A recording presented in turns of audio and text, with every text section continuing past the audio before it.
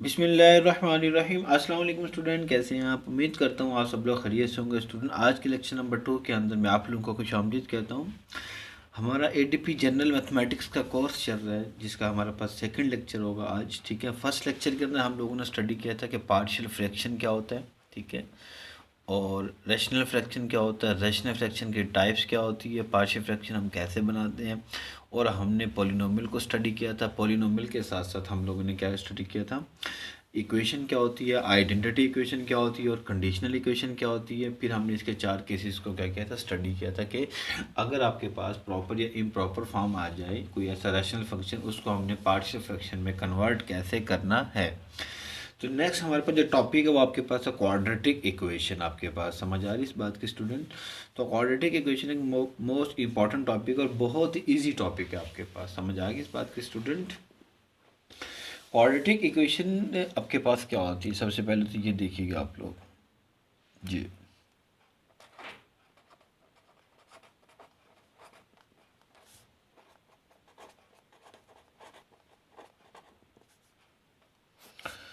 Quadratic और equation, equation का मतलब तो वो होता है जिसमें इक्वलिटी का साइन आ जाए, उसे हम क्या कहते हैं, इक्वेशन कहते हैं आपके पास।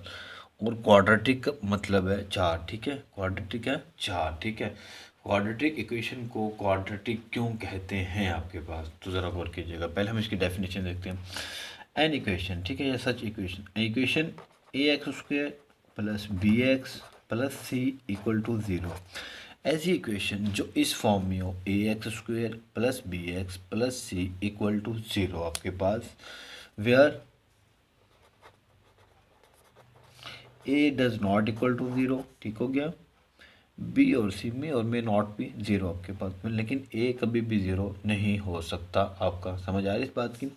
और ए बी सी जो आपका बिलोंग करेगा किसको स्टूडेंट, रियल नंबर को। आपके पास रियल नंबर क्या होता है, कॉम्प्लेक्स नंबर से छोटा सेट कहलाता है आपके पास रियल नंबर। मतलब रियल नंबर की अगर डेफिनेशन आप पढ़ना चाहिए यहाँ पे, तो रियल नंबर की जो डेफिनेशन होती है, union of rational and irrational number, इसको हम क्या कहते हैं, रैशनल। ठीक है स्टूडेंट, और इसको हम क्या कहते हैं, इरेशनल नंबर आपके पास। क्लियर होगा स्टूडेंट? तो क्वाड्रेटिक इक्वेशन को हम कहते हैं एन इक्वेशन, ठीक है, of the form a x square plus b x plus c equal to zero, where a does not equal to zero and a b c belong to the real number. Real number आपके पास क्या होता है, union of rational and irrational number आपके पास। Rational क्या होता है, जो पी बाई क्यू की फॉर्म में लिखे जा सकें, और इरेशनल वो नंबर होता है जो पी बाई क्यू की फॉर्म में ना लिखे जा सकें आपके पास। क्लियर होगा स्टूडेंट? अब ये आपके पास क्या, क्वाड्रेटिक, क्वाड्रेटिक इक्वेशन को क्वाड्रेटिक क्यों कहा जाता है, क्योंकि इसमें चार चीज़ें यूज़ होती हैं। ठीक है, कोई आपसे क्वेश्चन कर ले कि क्वाड्रेटिक इक्वेशन को क्वाड्रेटिक क्यों कहते हैं, क्योंकि इसमें थ्री कांस्टेंट, ठीक है, थ्री कांस्टेंट इसमें ए बी सी और वन वेरिएबल आपके पास।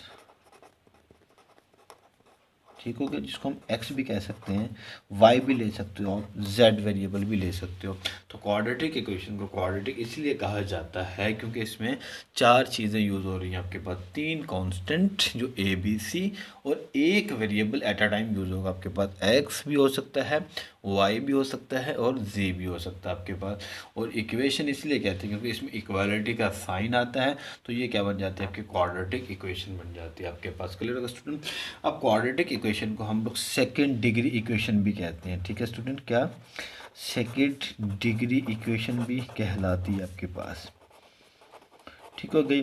अब यहाँ से कॉन्सेप्ट निकलता है कि डिग्री क्या होती है, highest power of the variable. ठीक हो गया, हाईएस्ट पावर ऑफ वेरिएबल। ठीक हो गया स्टूडेंट, इन्वॉल्व इन इक्वेशन। ठीक हो गया, तो वो आपके पास क्या कहलाती है, इसकी डिग्री कहलाती है आपके पास। क्या आपको कोई भी क्वेश्चन दे देता है, ठीक है, कि आपके पास हम ले लेते हैं three x square plus four x plus seven equal to zero. अब इसकी पावर कितनी है, टू। ठीक हो गया, तो इसकी डिग्री कितनी आ गई, आपके पास टू आ गया। तो ये आपके पास क्या, सेकेंड डिग्री क्वाड्रेटिक इक्वेशन आपके पास कहते हैं। कॉन्स्टेंट इसमें कितने हैं, थ्री फोर सेवन, और वेरिएबल आपके पास कौन सा है, एक्स आपके पास। समझ आ गई इस बात की? तो इसको हम क्या कहते हैं, क्वाड्रेटिक इक्वेशन कहते हैं आपके पास। क्लियर होगा स्टूडेंट? तो क्वाड्रेटिक इक्वेशन से कुछ हम फॉर्म बनाते हैं। तो सबसे पहले याद रखिएगा, कोई आपसे पूछ ले कि ग्राफ ऑफ क्वाड्रेटिक इक्वेशन आपके पास क्या होता है, ग्राफ ऑफ क्वाड्रेटिक इक्वेशन, तो याद रखिएगा जो क्वाड्रेटिक इक्वेशन का जो ग्राफ बनेगा आपके पास, वो ऑलवेज क्या होगा, पैराबोला होगा आपके पास।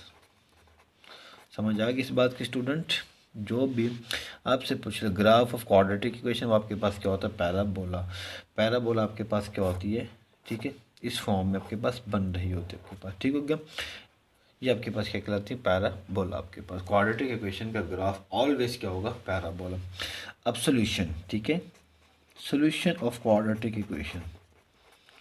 क्वाड्रेटिक इक्वेशन के सोल्यूशन कितने होते हैं, दो होंगे आपके पास। जितनी उसकी पावर है, क्वाड्रेटिक इक्वेशन की पावर कितनी है, दो, तो उसके सोल्यूशन भी कितने होंगे आपके पास, टू होंगे। याद रखिएगा जितनी भी इक्वेशन की पावर होती है उतने ही उसके क्या होते हैं, सोल्यूशन होते हैं आपके पास। समझ आ रही है इस बात की? अब याद रखिएगा जो सोल्यूशन, ठीक है, सोल्यूशन, रूट, जीरोस आपके पास, फैक्टर, सारे के सारे एक ही चीज़ आपके पास। समझ आ रही है इस बात की स्टूडेंट? सोल्यूशन, रूट और ज़ीरोज़ आपके पास। देखिएगा जी, गौर कीजिएगा, इनके रूट आपसे पूछ लिया जाए, ठीक है, और आपसे कह दिया जाए कि आंसर, और आपसे कह दिया जाए कि ज़ीरोज़, और आपसे कह दिया जाए कि फैक्टर्स आपके पास। समझ आ रही इस बात में? ये सारी की सारी चीज़ें आपके पास क्या होती हैं, सेम होती हैं।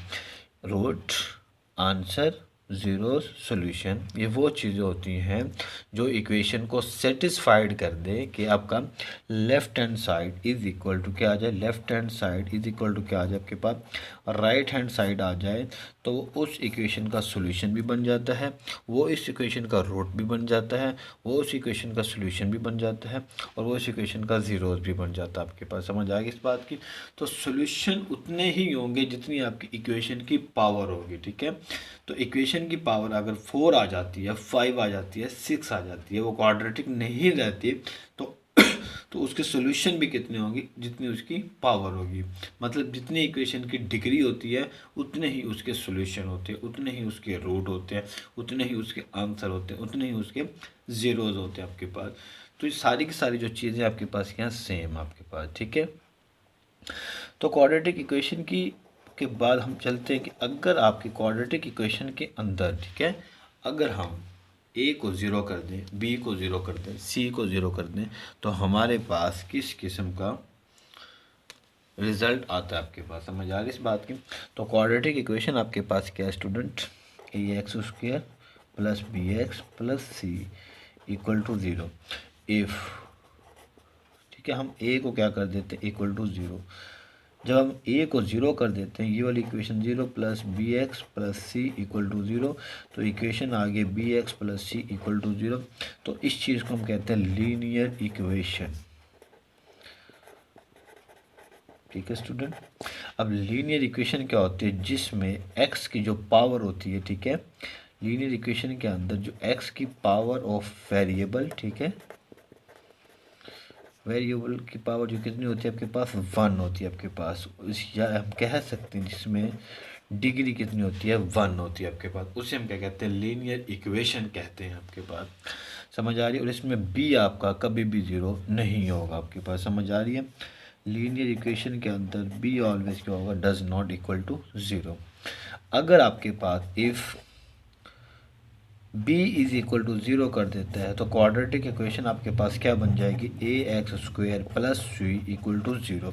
तो इस इक्वेशन को हम कहते हैं प्योर क्वाड्रेटिक इक्वेशन, ठीक है स्टूडेंट, प्योर क्वाड्रेटिक इक्वेशन आपके पास, ठीक है। और इसके भी सॉल्यूशन आपके पास कितने होंगे, दो ही होंगे, क्योंकि पावर इसकी कितनी है, दो है। तो लीनियर इक्वेशन का सॉल्यूशन कितने होंगे, इसकी पावर कितनी है, 1, जिसकी डिग्री 1, उसका सॉल्यूशन भी क्या होगा, 1 होगा आपके पास। समझ आ रही इस बात की? मतलब एक ही रूट होगा, एक ही ज़ीरो होगा, एक ही सॉल्यूशन होगा, एक ही उसका आंसर होगा। जितनी इक्वेशन की पावर होगी उतने ही उसके क्या होंगे, सॉल्यूशन होंगे। याद रखिएगा जो आपके पास लीनियर इक्वेशन का जो ग्राफ है, ठीक है, अगर आपसे पूछ लिया जाए कि लीनियर इक्वेशन का ग्राफ क्या होता है, ऑलवेज स्ट्रेट लाइन होता है आपके पास। ठीक हो गया स्टूडेंट। स्ट्रेट लाइन आपके पास समझ आ रही इस बात की। और वो स्ट्रेट लाइन का ग्राफ कैसे होता है आपके पास, ज़रा गौर कीजिएगा। ये आपके पास क्या एक स्ट्रेट लाइन है y is equal to x की, समझ आ रही इस बात की। तो याद रखिएगा जब भी आपसे पूछ लिया जाए कि लीनियर इक्वेशन का ग्राफ आपके पास क्या होता है, ऑलवेज स्ट्रेट लाइन होता है। लीनियर इक्वेशन का सोल्यूशन कितने होते हैं, एक ही होता है। उसकी डिग्री कितनी होती है, 1 होती है। ठीक होगा स्टूडेंट।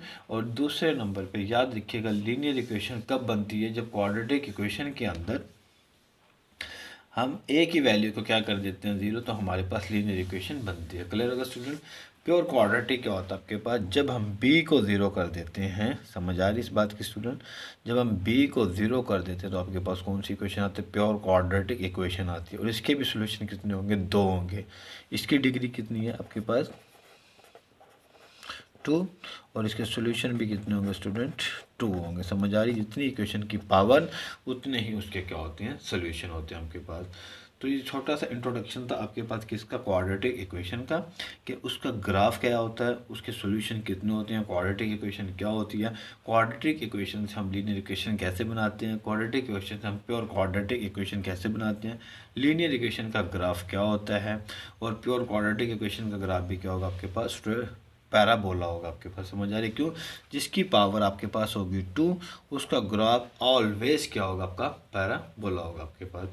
तो अब हम चलते हैं अपने क्वाड्रेटिक इक्वेशन के मेथड्स की तरफ, कि क्वाड्रेटिक इक्वेशन को सॉल्व करने के कितने मेथड हैं आपके पास। मेथड ऑफ क्वाड्रेटिक इक्वेशन के, क्वाड्रेटिक इक्वेशन को सॉल्व करने के आपके पास कितने मेथड हैं। तो याद रखिएगा जो पहले नंबर पे आता है वो आपके पास है फैक्टराइजेशन। ठीक है स्टूडेंट। जो सेकंड नंबर पे आता है वो आपके पास है कंप्लीटिंग स्क्वायर, कंप्लीटिंग स्क्वायर आपके पास। जो थर्ड नंबर पे आता है वो आपके पास है क्वाड्रेटिक फार्मूला। ठीक है स्टूडेंट। तो क्वाड्रेटिक इक्वेशन को सॉल्व करने के 3 मेथड ना, फर्स्ट वन इज आपके पास फैक्टराइजेशन, सेकंड वन इज आपके पास कंप्लीटिंग स्क्वायर, और थर्ड वन इज आपके पास क्या, क्वाड्रेटिक फार्मूला। अब हम क्या करेंगे, एक एक इनकी एग्जांपल लेंगे और अपने मेथड्स को क्या करेंगे, वेरीफाई करेंगे। ठीक है। तो सबसे पहले हमारे पास क्या, factorisation, solve equation, solve the quadratic equation. ठीक है। कोई भी एग्जांपल ले लें आप लोग, x square plus 7x plus 12 equal to 0 by factorisation आपके पास वो मेंशन कर देता है। अगर आपको मेंशन नहीं करता तो आप इसको किसी भी मेथड से सॉल्व कर सकते हैं। ठीक है। क्वेश्चन में वो आपसे कह रहा है कि आपके पास एक क्वाड्रेटिक इक्वेशन गिवन है, तो आपने उसको क्या करना है, बाय फैक्टराइजेशन मेथड से इसको सॉल्व करना है। तो सबसे पहले तो आपका फैक्टराइजेशन मेथड का पता होना चाहिए। ठीक है। फैक्टराइजेशन मेथड का मतलब होता है कि आपको, इसको हम सेंट्रल पार्टीशन भी कहते हैं। ठीक है। फैक्टराइजेशन मेथड को हम सेंट्रल पार्टीशन मेथड भी कहते हैं, या मेथड ऑफ फैक्टराइजेशन भी कहते हैं आपके पास। तो सबसे पहले तो फैक्टराइजेशन के अंदर आपने सबसे पहले करना क्या है, x square plus 7x plus 12 equal to 0, ये आपके पास क्या है, गिवन क्वाड्रेटिक इक्वेशन है। तो फैक्टराइजेशन के अंदर आपने इसको और इसको आपस में क्या करना होता है, मल्टीप्लाई। मतलब अगर मैं एक्स स्क्वायर को 12 से मल्टीप्लाई करूँ तो आंसर कितना आता है, 12x स्क्वायर। अब ज़रूरी नहीं है कि हमने प्लस का लिए, यहाँ पे अगर माइनस होता तो अब इसके साथ माइनस लगाते। समझ आ रही इस बात की। तो आंसर कितना आ गया, 12y का इसको 12x स्क्वायर आ गया आपके पास। समझ आ रही इस बात की। अब हमारे पास क्या रहेगा, एक सेंट्रल अमाउंट रह गई है। सेंट्रल अमाउंट का कौन सी, 7x है। अब हमने इसको इस तरह से ब्रेक करना होता है, इस तरह से मल्टीप्लाई करना होता है आपस में, कि हम मल्टीप्लाई करें तो आंसर आपके पास कितना बने, 12, और हम ऐड या सब्ट्रैक्ट करें तो आंसर कितना बने आपके पास, 7x। अब ज़रा गौर कीजिएगा, एक अब 2 पार्टीशन बनती है। एक तो आपके पास है 6 2 सा कितना होता है 12, एक आपके पास बनता है 4 3 सा कितना होता है 12। इसी के अंडर रहकर आपके पास अगर अब मैं 6 प्लस 2 करता हूँ 8 आता है, लेकिन हमें कितना चाहिए 7। 6 माइनस 2 करता हूँ कितना आता है 4, हमें कितना चाहिए 7। अब यहाँ पे कितना है, 4 3 सा 12 आपके पास, 4 प्लस 3 कितना आता है 7 आता है। तो इसका मतलब है जो हमारे पास इसकी पेयर बनेंगे 4x इंटू 3x, आंसर कितना आ गया आपके पास 12x स्क्वायर, ये आपके पास। और जब मैं 4x प्लस 3x को प्लस करता हूँ तो आंसर कितना आता है आपके पास 7x आता है आपके पास। क्लियर होगा स्टूडेंट। तो सेंट्रल पार्टीशन आप लोगों ने ऐसे करनी होती है। तो इसके पेयर क्या बन जाएंगे, x square plus 4x plus 3x plus 12 equal to 0। x यहाँ से कॉमन कर लें, x प्लस 4 प्लस 3 यहाँ से कॉमन कर लें, x प्लस 4 इक्वल टू क्या आ जाएगा 0। x प्लस 3 और यहाँ पे क्या आ जाएगा x plus 4 equal to 0, x plus 3 equal to 0 और ठीक है x प्लस 4 इक्वल टू 0। यहाँ पे जो पेयर बनाया हमने ये सेम होने चाहिए आपके पास, समझ आ रही इस बात की। अब प्लस का 3 उधर जाकर क्या हो जाएगा माइनस का 3 और प्लस का 4 उधर जाकर क्या हो जाएगा माइनस का 4 हो जाएगा आपके पास। ठीक है जी। अब कितने रूट बनी है इसकी 2, तो पावर इसकी कितनी थी 2। तो कौन सी थी क्वाड्रेटिक इक्वेशन। तो क्वाड्रेटिक इक्वेशन के जो रूट होंगे आपके पास, जो सोल्यूशन होंगे आपके पास कितने होंगे 2 होंगे आपके पास, जितने उसकी पावर होती तो अब ज़रा गौर कीजिएगा, क्या ये इसके सोल्यूशन है या नहीं, ये वेरीफाई कैसे करना, जिसे हम कहते हैं वेरिफिकेशन। ठीक है, आप कर सकते हैं, ये आपकी सेटिस्फेक्शन के लिए होगा आपके पास, समझ आ रही इस बात की। तो अब ज़रा गौर कीजिएगा, पहले हम x की वैल्यू कितनी है -3 इसमें पुट कर देते हैं इक्वेशन के अंदर। +7 into -3 plus 12 is equal to 0 हो गया, +9 minus 21 plus 12 equal to 0, 21 minus 21 equal to 0, ये आपस में कैंसिल। तो आंसर आपके पास क्या आ गया स्टूडेंट 0 इज इक्वल टू 0 आ गया। इसका मतलब है आपके पास ये है left hand side is equal to क्या आ गया राइट हैंड साइड के इक्वल आ गया। तो ये इसका क्या बन गया जी सोल्यूशन बन गया आपके पास, समझ आ गई इस बात की। तो हम सोल्यूशन सेट को लिखते कैसे आपके पास -3 एंड -4, ये आपके पास क्या आ गया इसका आंसर सोल्यूशन रूट और 0। तो याद रखिएगा इसको भी जब आप -4 को इस इक्वेशन में पुट करेंगे तो आपके पास आंसर क्या बनेगा इसका भी left hand side is equal to right hand side आपके पास। तो फर्स्ट मेथड हमारे पास क्या हो गया कंप्लीट हो गया फैक्टराइजेशन का। फैक्टराइजेशन के अंदर सिर्फ आपने 2 बात याद रखनी। पहली बात तो ये कि पहले नंबर को और आखिरी नंबर को मल्टीप्लाई करके राइट कर ले एक साइड पे, फिर सेंटर वाली रकम को आपने इस तरह से ब्रेक करना है कि हम मल्टीप्लाई करें तो ये वाली अमाउंट बने और प्लस माइनस करें तो इट्स सेल्फ अमाउंट बने आपके पास, समझ आ रही इस बात की। तो आप क्या करें कि उसके जो पेयर है ठीक है जो इस पेयर पे वो बनता है उसको आप सेपरेट लिख लें, फिर प्लस माइनस करके देख लें कि आपका आंसर आता है या नहीं आता आपके पास। तो फैक्टराइजेशन का जो मेथड था हमारे पास वो क्या हो गया कंप्लीट हो गया। अब हम मूव करते हैं अपने कंप्लीटिंग स्क्वायर के मेथड की तरफ। तो कंप्लीटिंग स्क्वायर का मेथड आपने क्या करना, उसके अंदर भी कुछ स्टेप्स हैं, उस स्टेप्स को फॉलो करते हुए आपने अपने कंप्लीटिंग स्क्वायर के मेथड को क्या करना है स्टूडेंट कंप्लीट करना है। चलिए जी हम एक एग्जांपल ले लेते हैं। ठीक है, सॉल्व क्वाड्रेटिक इक्वेशन या given equation x² + 4x - 1085 equal to 0 by completing square आपके पास, समझ आ रही इस बात की स्टूडेंट। अगर वो मेंशन कर देगा तो आपने उसी से सॉल्व करना, अगर वो आपको मेंशन नहीं करता तो आप इसको किसी चीज़ से मर्जी सॉल्व कर सकते हैं। ठीक है, अब ज़रा गौर कीजिएगा,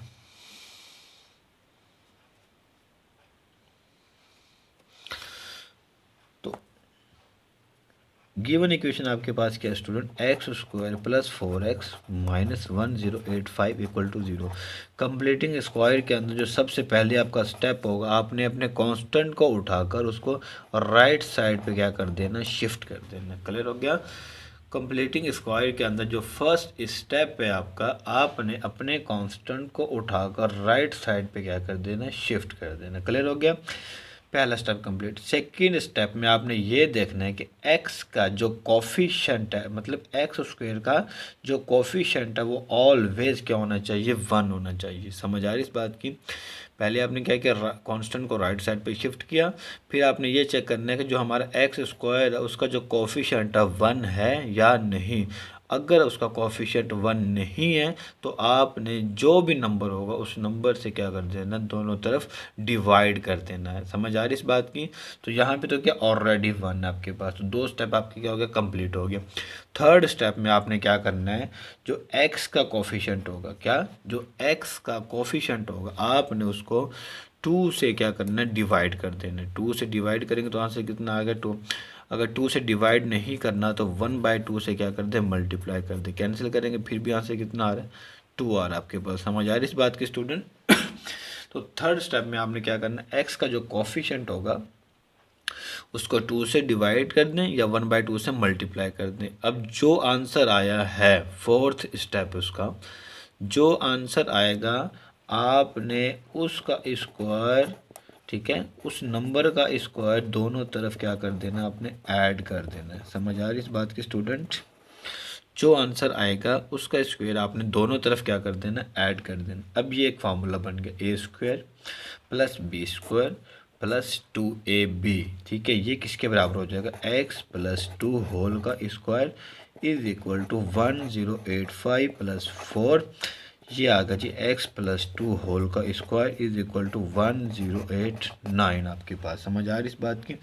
अब आपने क्या करना है, इसका स्क्वायर ख़त्म करने के लिए, ठीक है, क्या लेते होते हैं हम लोग, उसका स्क्वायर रूट लेते होते हैं। तो जब दोनों तरफ आप स्क्वायर रूट लेंगे तो आपके पास इसका आंसर क्या, स्क्वायर रूट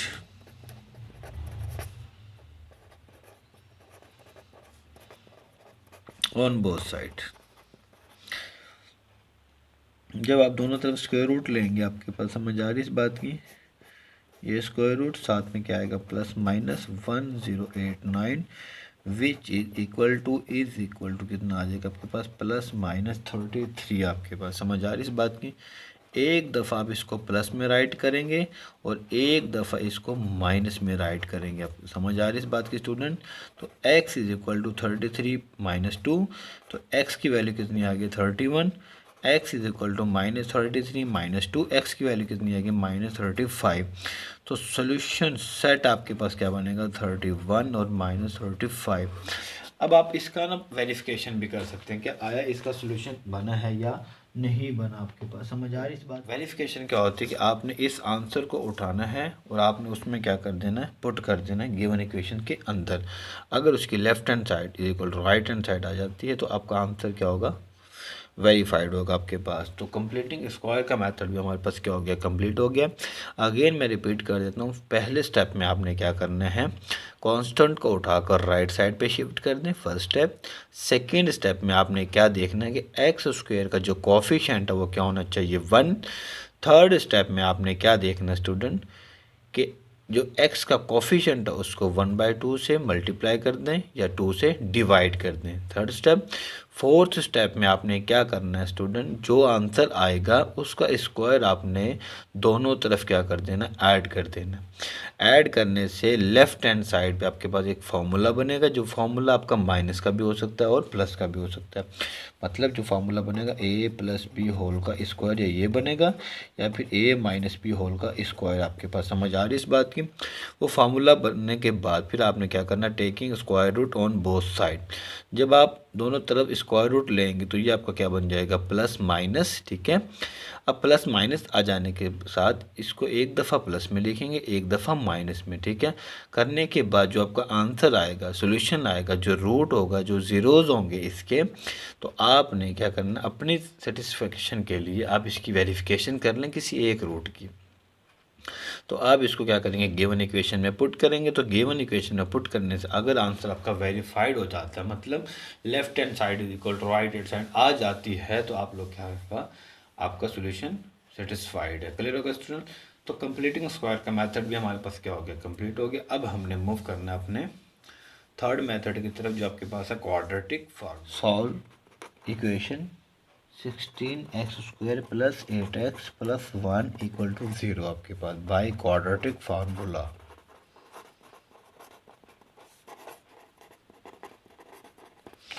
समझ आ रही इस बात की? तो क्वाड्रेटिक फार्मूला आपको पता होना चाहिए आपके पास। समझ आ रही है? क्वाड्रेटिक फार्मूला आपके पास क्या होता है, x is equal to plus minus, ठीक है, और sorry x is equal to minus b plus minus b square minus 4ac divided by क्या होता है आपके पास, 2a।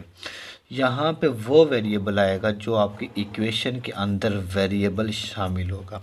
अगर यहाँ पे x है तो आपने x राइट करना है, अगर यहाँ पे y है तो आपने y राइट करना है, अगर यहाँ पे z है तो आपने यहाँ पे z राइट करना है। समझ आ रही इस बात की? तो गिवन इक्वेशन आपके पास क्या, a x square plus b x plus c equal to 0, ये क्वाड्रेटिक इक्वेशन। और गिवन आपके पास क्या, 16x square plus 8x plus 1 equal to 0। Compare कर देंगे इसको, कंपेयर करने से ठीक हो गया। a की वैल्यू कितनी बनेगी आपके पास, 16, b की वैल्यू आपके पास कितनी बनेगी, 8, c की वैल्यू आपके पास कितनी बनेगी स्टूडेंट, 1। समझ आ रही इस बात की। तो क्वाड्रेटिक फार्मूला क्या होता है, minus b plus minus b square minus 4ac divided by 2a। इसमें वैल्यू पुट कर दें, बी की वैल्यू -8 बन जाएगी प्लस माइनस बी 8 का स्क्वायर माइनस 4a की वैल्यू आपके पास कितनी है 16, सी की वैल्यू कितनी है आपके पास 1। ठीक हो गया, 2a आपके पास। समझ आ रही इस बात की। ए की वैल्यू कितनी है आपके पास स्टूडेंट 16। तो अब जरा गौर कीजिएगा, -8 प्लस माइनस 8 का स्क्वायर कितना होता है 64, 16 4 the 64 and 64 1 the 64 divided by कितना हो गया 32। और कीजिएगा -8 प्लस माइनस कितना आ जाएगा 0 डिवाइडेड बाई 32। तो अब ये x की जो वैल्यूज़ आपके पास बनेंगे student, x is equal to -8 plus minus 0 divided by 32। तो x की वैल्यू क्या आ जाएगी -8 डिवाइडेड बाई 32 आ गया आपके पास। समझ आ रही इस बात की। 32 प्लस माइनस 0। अब आपने क्या करना है, एक दफ़ा इसका प्लस माइनस का, ठीक है, एक दफ़ा आप क्या करें, x is equal to -8 plus 0 divided by 32 और x is equal to -8 divided by कितना आ जाएगा जी 032। आपके पास एक्स की वैल्यू कितनी आएगी -8 डिवाइडेड बाई 32 और एक्स की डिवाइडेड बाई -8 डिवाइडेड बाई 32। तो एक्स की वैल्यू कितनी आ गई है -8 4 द 32 -1/4, ठीक है, और एक्स की वैल्यू कितनी आ गया -1/4 आपके पास। तो दोनों के दोनों क्या आ गया आपके पास आंसर सेम आए, लेकिन आप सोल्यूशन सेट के अंदर इसका एक ही आंसर लिखेंगे। समझ आ रही इस बात की स्टूडेंट। तो हमने इसको बाय क्वाड्रेटिक फार्मूले से भी क्या कर लिया, सॉल्व कर लिया। तो क्वाड्रेटिक फार्मूला सिर्फ आपने याद रखना है, x is equal to -b plus minus b square minus 4ac under root divided by 2a। और याद रखना, जब भी आपके पास क्वाड्रेटिक इक्वेशन गिवन होगी आपने उसको कंपेयर करना, ए की वैल्यू बी की वैल्यू और सी की वैल्यू आपके पास। तो आप इसमें पुट करेंगे तो आपके पास क्वाड्रेटिक फार्मूले से क्वाड्रेटिक इक्वेशन का क्वेश्चन क्या हो जाएगा, सॉल्व हो जाएगा आपके पास। तो स्टूडेंट आज के लेक्चर के अंदर हम लोगों ने जो सीखा वो आपके पास है क्वाड्रेटिक इक्वेशन और उसके मेथड्स, और क्वाड्रेटिक इक्वेशन के बारे में भी हमने सीखा, उसका ग्राफ क्या होता है, उसके सोल्यूशन कितने होते हैं, उसके रूट्स कैसे होते हैं, डिग्री क्या होती है, उसको क्वाड्रेटिक इक्वेशन क्यों कहते हैं, उससे लीनियर इक्वेशन हम कैसे बनाते हैं, उससे हम प्योर क्वाड्रेटिक इक्वेशन कैसे बनाते हैं, उसका ग्राफ क्या होता है, लीनियर इक्वेशन का ग्राफ क्या होता है, लीनियर इक्वेशन की डिग्री क्या होती है, लीनियर इक्वेशन का सोल्यूशन कितने होते हैं, और सिमिलरली प्योर क्वाड्रेटिक इक्वेशन का ग्राफ कैसे बनता है या क्या होता है, और प्योर क्वाड्रेटिक इक्वेशन का सोल्यूशन कितने होते हैं। फिर हमने उसके मेथड को सीखा। फर्स्ट मेथड क्या था, फैक्टराइजेशन, सेकंड था आपके पास कंप्लीटिंग स्क्वायर, और फिर हमने सीखा था क्वाड्रेटिक फार्मूला आपके पास। तो स्टूडेंट आज के लेक्चर के अंदर कोई भी प्रॉब्लम हो, कोई भी क्वेश्चन हो तो आप मुझसे कमेंट बॉक्स में पूछ सकते हैं स्टूडेंट। तो आज के लेक्चर के अंदर आप मुझे इजाज़त दीजिए। अल्लाह हाफिज़, अल्लाह निगहबान, अस्सलाम वालेकुम।